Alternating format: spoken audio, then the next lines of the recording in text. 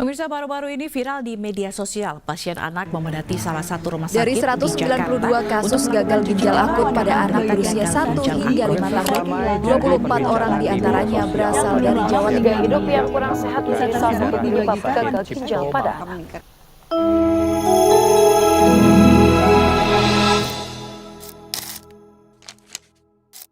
Dalam beberapa tahun terakhir, gaya hidup modern yang serba cepat membuat banyak orang, termasuk anak-anak dan remaja, lebih memilih makanan dan minuman kemasan karena praktis, murah, dan memiliki rasa yang manis serta menarik.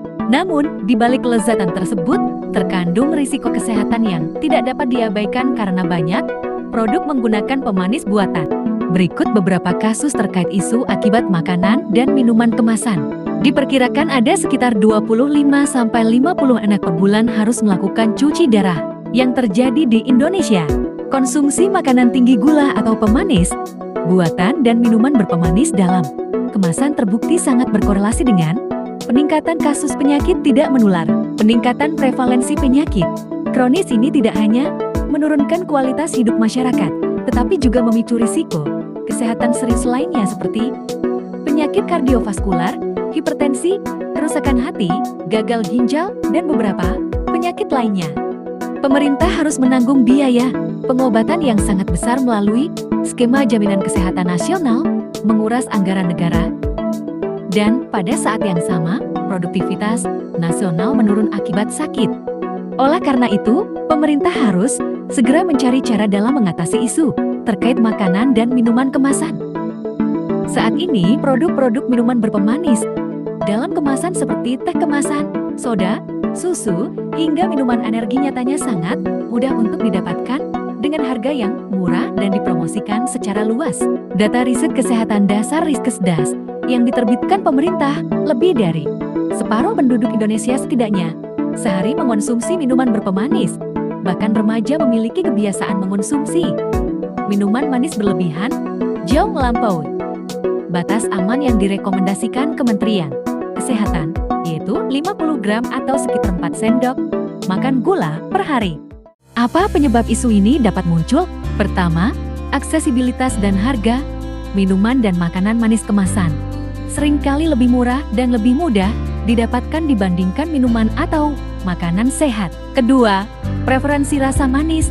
Masyarakat Indonesia secara budaya memang memiliki preferensi kuat terhadap rasa manis. Hal ini diperburuk oleh pemasaran agresif yang menargetkan semua usia, membentuk kebiasaan konsumsi sejak dini. Ketiga, kandungan tersembunyi. Banyak konsumen tidak menyadari berapa banyak gula yang sebenarnya terkandung dalam satu kemasan produk. Produsen sering menggunakan berbagai jenis pemanis buatan dan gula tambahan untuk membuat produk sangat adiktif, jauh di atas batas aman yang seharusnya. Inilah yang memicu konsumsi berlebihan tanpa disadari. Dampak dari masalah ini tidak hanya dirasakan oleh individu, tetapi juga oleh negara secara keseluruhan. Secara langsung, individu dan keluarga menanggung beban terberat berupa peningkatan risiko terkena penyakit tidak menular yang berujung pada biaya pengobatan tinggi dan penurunan kualitas hidup. Dampak ini kemudian berimbas pada pemerintah dan anggaran negara, di mana tingginya kasus PTA menyebabkan lain biaya kesehatan yang sangat besar.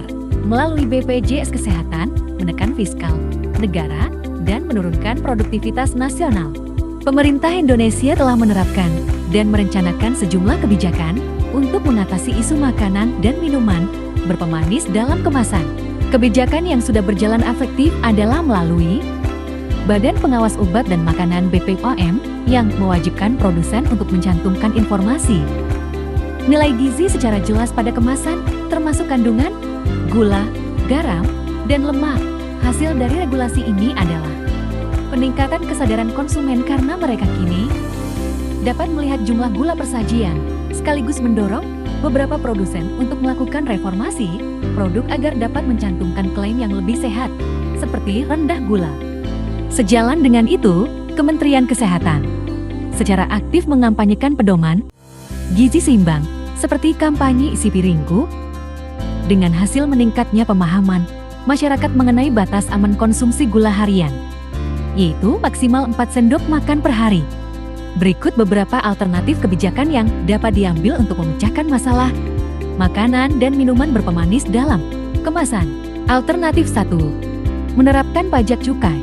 Penerapan cukai berjenjang pada minuman berpemanis dalam kemasan. Tarif cukai disesuaikan berdasarkan kadar gula atau pemanis. Semakin tinggi kadar gula, misalnya di atas 6 gram 100 ml, semakin tinggi tarif cukainya. Alternatif ini berfokus mendorong reformulasi produk oleh produsen, menghindari tarif tinggi dan pembatasan konsumsi oleh konsumen. Kelebihan dari alternatif ini adalah mampu mengubah perilaku konsumen dengan cepat melalui mekanisme harga, elastisitas harga. Selain itu, alternatif ini dapat menghasilkan pendapatan signifikan yang dapat dialokasikan kembali untuk kesehatan. Kekurangan dari alternatif ini adalah potensi inflasi, yaitu kenaikan harga dapat memicu kenaikan inflasi, terutama pada bahan makanan atau minuman yang sensitif. Selain itu, dapat menjadi beban pada masyarakat berpenghasilan rendah. Pajak dianggap regresif, lebih membebani kelompok miskin. Alternatif 2. Regulasi pemasaran dan aksesibilitas. Larangan pemasaran dan penjualan produk di lingkungan pendidikan, sekolah, dan rumah sakit.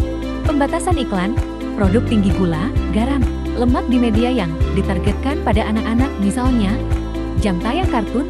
Alternatif ini berfokus pada mengubah norma sosial dan lingkungan pilihan, membuat pilihan sehat menjadi pilihan yang paling mudah dan utama. Kelebihan dari alternatif ini adalah melindungi kelompok rentan, sangat efektif melindungi anak-anak dari paparan iklan yang membentuk kebiasaan buruk sejak dini. Selain itu, membangun kebiasaan makan sehat pada generasi mendatang. Adapun kekurangan dari alternatif ini adalah pengawasan sulit, di mana penegakan larangan penjualan di ribuan sekolah atau fasilitas kesehatan membutuhkan pengawasan ketat dan sumber daya besar. Alternatif ini juga dapat dianggap melanggar hak komersial dan kebebasan beriklan oleh industri. Alternatif 3. Pelabelan peringatan kesehatan. Penerapan pelabelan peringatan bergambar atau format label segitiga hitam yang mencantumkan tinggi gula di bagian depan kemasan produk yang melampaui ambang batas. Alternatif ini berfokus pada informasi yang sangat mudah dipahami dan segera terlihat di kemasan. Kelebihan dari alternatif ini adalah keterbacaan instan. Konsumen dapat mengambil keputusan di tempat pembelian tanpa perlu membaca tabel nilai gizi. Biaya implementasi rendah. Biaya utama ditanggung oleh produsen untuk mengubah desain label. Kelemahan dari alternatif ini adalah tidak ada insentif finansial langsung bagi produsen untuk mereformulasi, kecuali untuk menghindari cap buruk. Selain itu, efektivitasnya sangat tergantung pada desain label, seberapa menonjol dan menakutkan label tersebut. Perbandingan antar alternatif kebijakan. Alternatif 1, cukai fiskal berjenjang adalah instrumen yang paling kuat dan cepat dampaknya karena secara langsung menaikkan harga jual, memaksa konsumen, mengurangi permintaan sekaligus memberikan insentif finansial yang kuat bagi industri untuk melakukan reformulasi produk. Kelemahannya terletak pada sifat regresif pajak yang membebani masyarakat berpenghasilan rendah dan risiko memicu inflasi. Sementara itu, alternatif 2, regulasi akses dan pemasaran, berfokus pada perlindungan jangka panjang dengan mengubah norma sosial dan membatasi paparan iklan serta penjualan di lingkungan rentan seperti sekolah, menjadikannya paling efektif melindungi anak-anak, meskipun pengawasan dan penegakannya di lapangan membutuhkan sumber daya yang besar dan cenderung rumit. Terakhir, alternatif 3, pelabelan peringatan kesehatan, merupakan alternatif yang paling cepat dan murah untuk diterapkan karena hanya melibatkan perubahan label kemasan menjadi format peringatan visual seperti label segitiga hitam, memberikan dampak langsung pada keputusan pembelian konsumen di tempat titik penjualan. Tetapi kelemahannya adalah insentif bagi produsen untuk mereformulasi produk cenderung rendah karena tidak ada penalti finansial langsung. Dari ketiga alternatif yang telah dijelaskan, alternatif yang wajib dipilih duluan adalah pengadaan cukai berjenjang. Mengapa cukai ini yang terbaik? Karena ia bekerja paling efektif dan cepat di dua sisi sekaligus. Cukai menaikkan harga jual produk tinggi gula yang secara langsung menurunkan daya beli dan konsumsi masyarakat. Lebih krusial lagi, sistem berjenjang ini memberikan insentif finansial yang kuat kepada produsen. Mereka terdorong untuk segera mereformulasi produk agar kandungan gulanya lebih rendah untuk menghindari tarif cukai yang tinggi. Kebijakan ini juga menghasilkan pendapatan negara yang dapat dialokasikan langsung untuk membiayai program kesehatan. Sehingga alternatif ini adalah solusi yang paling komprehensif dari ketiga alternatif yang telah dijelaskan. Namun, kebijakan ini bukan tanpa risiko. Keterbatasan terbesarnya adalah sifatnya yang regresif, yang berarti kenaikan harga produk dapat membebani masyarakat berpenghasilan rendah secara tidak proporsional.